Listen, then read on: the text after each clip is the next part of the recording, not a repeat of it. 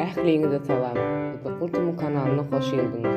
Lütfen videomuza başlamadan kanalıma abone olmayı ve like basmayı unutmayın. Başlayalım videomuza.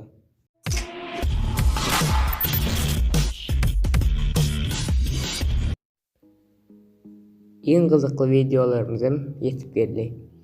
Bugün aslında konkurs men illa ağzamız illa etine geçecek deyipdim. Öne geçirmendim. Şimdi men konkurs geçirecek. Konkursun şertleri şundan ibaret. Birinci, şu kızıklı kanalını ağza almalı. Sonra şu videonun aşağından komentarya öz tesirinizi yazmalı. Komentarya nahil olmalı. Komentarya şu kızıklı kanalını isteyen arzunuzu näme arzu eden olsanız şonu şu kanala bağışlap yazmalı. Cevabını indiki videoda aytıp geçerim.